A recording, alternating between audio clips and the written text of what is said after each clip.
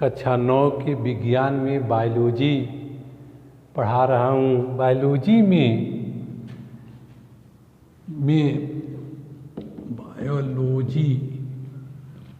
में प्रोटोजोआ संघ के बारे में जाने। Phylum protozoa.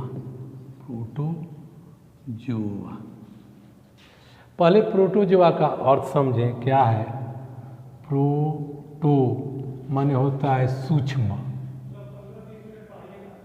सूक्ष्म और जोआ के मतलब होता है जंतु, सूक्ष्म जंतु। अब प्रोटोजोआ संघ की विशेषताएं देख लें। देखिए बच्चे, कोई पूछ दे कि प्रोटोजोआ संघ की विशेषताएं या लक्षण क्या है, तो आपको एकदम याद होना चाहिए। पहली बात कि प्रोटोजोआ संघ के जो भी जीव है, जो भी सूक्ष्म प्राणी है, वह नम्र, गीले, छायादार अर्थात पानी में पाया जाता है। कुछ इनके ऐसे जंतु होते हैं जो पैरासाइट होते हैं, जो जंतुओं और पौधों के शरीर के अंदर होते हैं, वह पैथोजेनिक होते हैं। इसके बाद से दूसरा लक्षण इनका क्या है, एक कोशिकी होते हैं, अर्थात यूकैरियोटिक कोशिका वाले ये जीव होते हैं। तीसरा क्या होते हैं, इनके शरीर नगण्य होता है, अर्थात पेल्किल एक महीन कवर होता है जिसको जीव कला कहते हैं, प्लाज्मा लेमा कहते हैं, प्लाज्मा मेम्ब्रेन भी कहते हैं, उसका कई नामों से जानते हैं। क्यूटिकल, सेलुलोज, हेमीसेलुलोज आदि से वह घिरा रहता है। इसके अगला जो है लक्षण होता है, इनमें केंद्रक सुविकसित होता है। प्रोटोजोआ संघ के जो भी प्राणी है उनमें केंद्रक सुविकसित होता है, क्योंकि यूकैरियोटिक हम बोले हैं। इसके बाद के अगला है, प्रोटोजोआ संघ के जो भी जीव है उनके कोशिका में एक झिल्ली के द्वारा घिरे कोशिकांग पाया जाता है, जैसे माइटोकॉन्ड्रिया के आपको अगले चैप्टर में पढ़ाएंगे कि कोशिका के ऊर्जा के घर कहते हैं। केंद्रिका भी होता है। उसके बाद से उसमें लाइसोसोम, राइबोसोम, सेंट्रोसोम, गाल्जी काय, ये सारी कोशिकांग पाए जाते हैं। इसके बाद से इनका अगला लक्षण, यह अलैंगिक तथा लैंगिक जनन दोनों करते हैं। अलैंगिक जनन क्या है, वे जनन जिसमें नर अथवा मादा कोई एक ही भाग लेता है उसे अलैंगिक जनन अथवा एसेक्सुअल रिप्रोडक्शन कहते हैं। लैंगिक जनन, सेक्सुअल रिप्रोडक्शन उसको कहते हैं जिसमें नर और मादा दोनों भाग लेते हैं, उसे लैंगिक जनन कहते हैं। यह आप लोग याद कर लीजिएगा। इसके बाद इनमें पदाभ अथवा पछम अथवा कसाभ के द्वारा गति करने की जो है लोकोमोशन, गति करने की प्रवृत्ति होती है। उदाहरण स्वरूप कोई पूछे कि प्रोटोजोआ संघ के जंतु के उदाहरण बता दीजिए, तो आप लोग अमीबा, पैरामीशियम, यूग्लिना, ये जंतु है। उसके बाद से अंतः परजीवी के रूप में कोई पूछे तो एंटोमीबा हिस्टोलिटिका, एंटीमीबा जिंजनवेलिस आदि वगैरह होते हैं इनके। अब इसमें आपको एक एक करके थोड़ा सा टिप्पणी के बारे में जानना जरूरी है। जैसे अमीबा के बारे में आप जान जाइए। अमीबा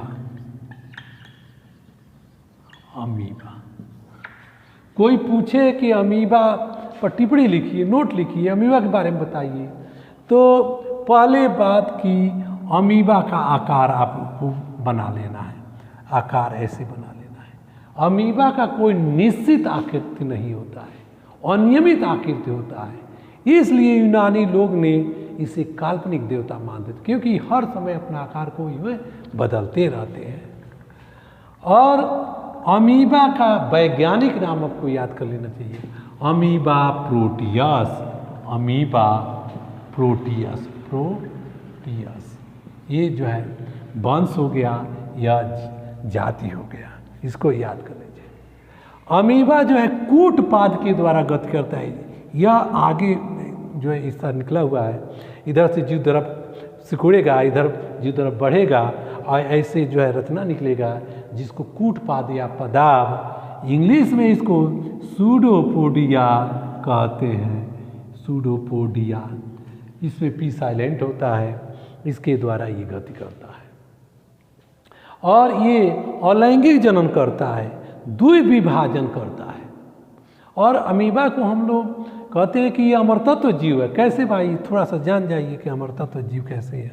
ये अमीबा है, जल में पाए जाते हैं, पानी में पाए जाते हैं। मान लीजिए जिस जलाशय में ये रहता है उस जलाशय के पानी सूखते जाए तो जब सूखने लगेगा तो अमीबा क्या करेगा कि अपना शरीर को जो है सिकुड़ाएगा, सिकुड़ाते एक गोल रचना बना लेगा, एक गोल रचना बना लेता है और चारों तरफ से एक शिष्ट का निर्माण कर लेता है। ये शिष्ट फैटी होता है, बसी होता है, जो बाहरी वातावरण को अंदर के जीव द्रव में या जो न्यूक्लियस है उनको संपर्क नहीं होने देता। यानी बाहरी ताप है, ठंडा है, जो भी है बाहरी वातावरण से सुरक्षा प्रदान करता है जीव द्रव का, न्यूक्लियस का। उस बीच में यह जो है जीव द्रव में जो न्यूक्लियस है यह समसूत्री विभाजन के द्वारा बार बार विभाजित होकर यह अनेकों नन्हे केंद्रक में बट जाता है। ऐसे बट गया पूरे यह जो है जीव द्रव में यह केंद्रक जो है फैल गया, पूरे फैल गए नन्हे। और जब जलाशय में पानी आता है, फेवरेबल कंडीशन आता है, इसकी भित्ति पानी को अवशोषित कर लेता है, फट जाता है, फट गए तो बाहर सब निकल जाता है। ये बाहर निकलने के बाद से ये न्यूक्लियस नन्हा अमीबा होता है, नया अमीबा बना लेता है। इनकी डेड बॉडी कहीं मिलता ही नहीं है, इसलिए हम लोग इसे अमरतत्व जीव कहते हैं। तो अमीबा के बारे में आप अभी जो है जान गए। इसके बाद से आपको हम पैरामीशियम के बारे में बताएं। बच्चे, प्रोटोजोआ संघ का ये दूसरा उदाहरण हम पैरामीशियम जो आपको बता रहे हैं, पैरामीशियम, इसका वैज्ञानिक नाम है पैरामीशियम काउडेटम, काउडेटम। यह इसका जीनस है, यह इसकी स्पीसीज है। पहले बात की, कोई भी नोट लिखने के लिए उसके बारे में उसकी फिगर जरूर आपको बनाना है। आप अपने कॉपी में किताबों की सहायता से खूब बढ़िया फिगर बना लेंगे। अमीबा का आकार जो पैरामीशियम का आकार एक स्लीपर के समान होता है, स्लीपर चप्पल के सोल के समान होता है। इसे स्लीपर जंतु भी कहते हैं। पैरामीशियम का एक अद्भुत जो है विशेषताएं होती है, इनमें दो केंद्रक होता है। एक केंद्रक जो है बड़ा होता है और दूसरा केंद्रक छोटा है। एक लघु हो गया और एक जो है माइक्रो हो गया, एक मैक्रो होता है, दो केंद्रक होता है। और ये प्रोटोजोआ संघ के जो भी जंतु होते हैं उसमें कंट्रैक्टाइल वैक्यूल जो होते हैं, संकुचनशील धानी, तो अमीबा में दो होता है ना। ये संकुचनशील धानी कंट्रैक्टाइल वैक्यूल का काम क्या है कि शरीर में आवश्यकता से अधिक पानी आता है तो बाहर निकालता है, और जब शरीर में पानी की कमी होता है तो बाहर से पानी को अंदर ले आता है। ऑस्मो रेगुलेशन का काम ही करता है। और इनके पेलिकल पर हजारों की संख्या में ऐसे जो है रचना निकला आता है, जिसको पक्षम या सिलिया कहते हैं। इसी सिलिया के द्वारा ये क्या करता है, गति करता है। जैसे अभी अमीबा के बताएं कि कूटपाद के द्वारा गति करता है, उसी प्रकार इसमें ये पक्षम या सिलिया के द्वारा गति करता है। और इसी सिलिया के द्वारा ये भोजन को भी पकड़ने का काम करता है। और यह जो है पानी में जली प्राणी है, पानी में ही रहता है। इसके बाद से आपको अगला हम जो है यूग्लिना के बारे में थोड़ा सा बता दे रहे हैं।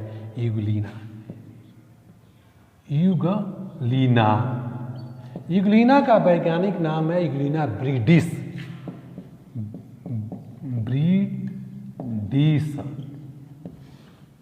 ये तरकुरुमा होता है, ऐसी रचना देखिए, ऐसी रचना बनाएंगे, ऐसे।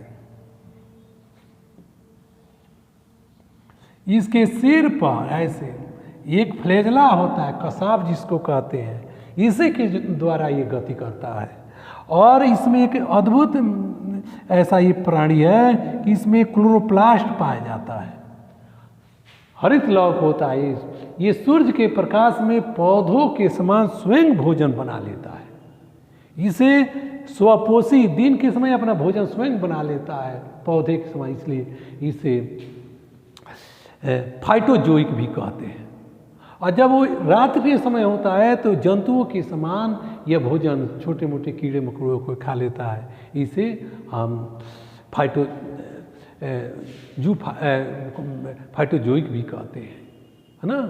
तो ये पादप तथा जंतु के बीच की संयोजी कड़ी वाला जंतु है। पादप, कोई पूछे कि यूग्लिना कौन सा प्राणी है, तो पौधे तथा जंतु के बीच के संयोजी जंतु है। इनमें दोनों गुण होता है ना। तो आप यूग्लिना का भी फिगर बना लेंगे इसके पर। अब एंटमीबा हिस्टोलिटिका के बारे में बताएं। एंटमीबा हिस्टोलिटिका एक इंडो पैरासाइट है। मनुष्य के आंत के दीवारों पर यह रहता है और फोड़ा बना देता है। जब मनुष्य दूषित पानी पीता है, साफ सुथरा नहीं रहता है, तो भोजन के माध्यम से इनके जो है एग होते हैं, अंडे होते हैं, वह जो है चला जाता है आंत में। जब जाता है तो इसके लिए फेवरेबल कंडीशन आंत होता है। इनके दीवारों पर ये जाकर ये फोड़ा बना लेता है। फोड़ा जब बनता है तो जब दीवार पर इनकी संख्या बढ़ जाता है तो फोड़ा फटता है, तो उससे जो पस निकलता है, ब्लड निकलने लगता है, जिससे आंत में दर्द होने लगता है, ऐंठन होने लगता है, मल के साथ खून और मवाद निकलने लगता है, जिससे हम खूनी पेचिश या आँव पड़ जाना कहते हैं। तो कोई पूछे कि खूनी पेचिश किससे होता है, तो आप कहेंगे कि एंटमीबा हिस्टोलिटिका के द्वारा। तो बच्चे, आज का जो है इतना ही हम बता रहे हैं, शेष जो है नेक्स्ट वीडियो में पढ़ाएंगे।